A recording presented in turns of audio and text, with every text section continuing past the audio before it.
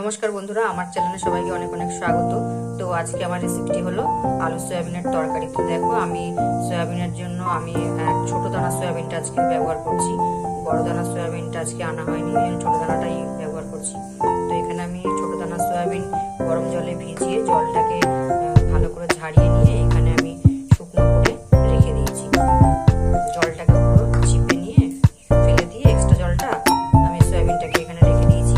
তো এখানে আমি নিয়ে নিয়েছি একটা বড় সাইজের আলু, ওটাকে টুকরো টুকরো করে কেটে নিয়েছি।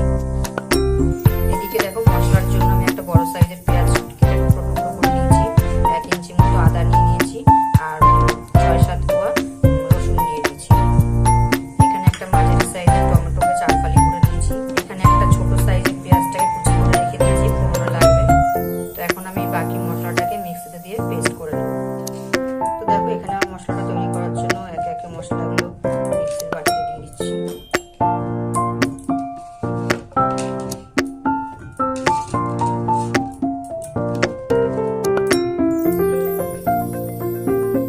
অল্প পরিমাণে জল দিতে হবে। এখন এটা আমি গ্রেট করে নেব। তো দেখুন, এটা আমার মশলাটা পুরো রেডি হয়ে গেছে। এদিকে গ্যাসটা জ্বেলে কড়াইটা বসিয়ে দেব।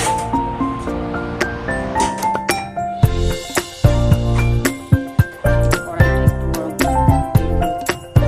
তো দেখুন, কড়াইটা আমার গরম হয়ে গেছে। এখানে আমি সামান্য তেল দেব। তেলটা গরম হয়ে গেলে এখন আলুগুলো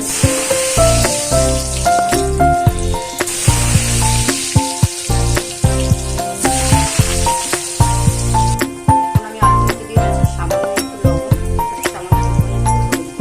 এখন আলুটাকে নাড়াচাড়া করে নিচ্ছি।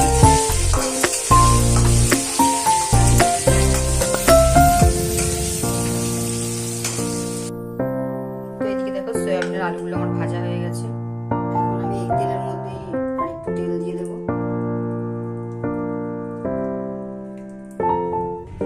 তো দেখো, তেলটা আমার গরম হয়ে গেছে। এখন আমি সামান্য পরিমাণে একটু জিরে দিয়ে দেবো, গোটা জিরে। এখন যে মাঝারি সাইজের পেঁয়াজটা কেটে রেখেছিলাম ওটা দিয়ে দিচ্ছি। দেখো, পেঁয়াজটা আমার ভাজা হয়ে গেছে। এখন আমি যে মাঝারি সাইজের টমেটোটা কেটে রেখেছিলাম এটা একটু ভাজা ভাজা করে নেবো। মশলাটা দিয়ে দিচ্ছিলাম ওটা দিয়ে দিচ্ছি। এখন এই মশলার মধ্যে আমি দিয়ে দিচ্ছি একটু ঝাল লঙ্কার গুঁড়ো, পরিমাণ মতো লবণ, সামান্য মশলাগুলো দিয়ে একটু ভালো করে নাড়াচাড়া করে নিতে হবে। দেখো, মশলাটা পুরো তেল ছেড়ে গেছে। এখন আমি সামান্য একটু জল দেবো। এখন ভেজে রাখা আলুগুলো সব দিয়ে দিচ্ছি। ঢেলে দিয়ে ভালো করে নাড়াচাড়া করে নেবো।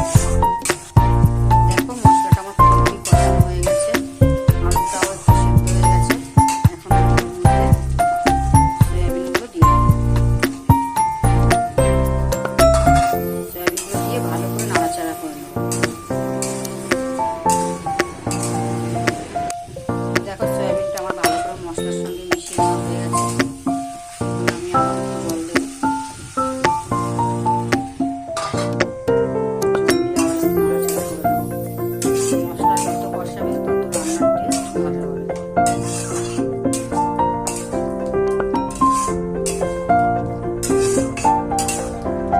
তো দেখো, সয়াবিন আলু দিয়ে আমার ভালো করে মশলা কষানো হয়ে গেছে। এখন আমি পুরো রান্নাটা হওয়ার জন্য জল দিয়ে দেবো।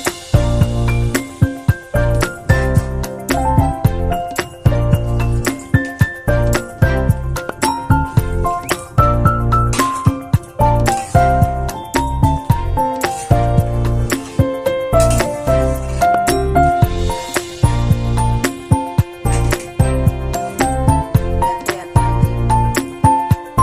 আমি তরকারিটা করতে সময় দেবো। এখন ঢাকা দিয়ে দিলাম। দেখুন, মাঝখানে আমি ঢাকাটা খুলে একটু তরকারিটা নাড়াচাড়া করে দিলাম।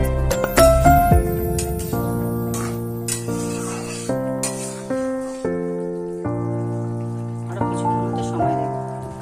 তো দেখো, সয়াবিনটা আমার পুরো রেডি হয়ে গেছে। এখন আমি গ্যাসটাকে অফ করে দেবো। গ্যাসটাকে অফ করে দিয়ে এই অল্প একটু সাই গরম মশলা ছড়িয়ে একটু ঢাকা দিয়ে রেখে দেবো।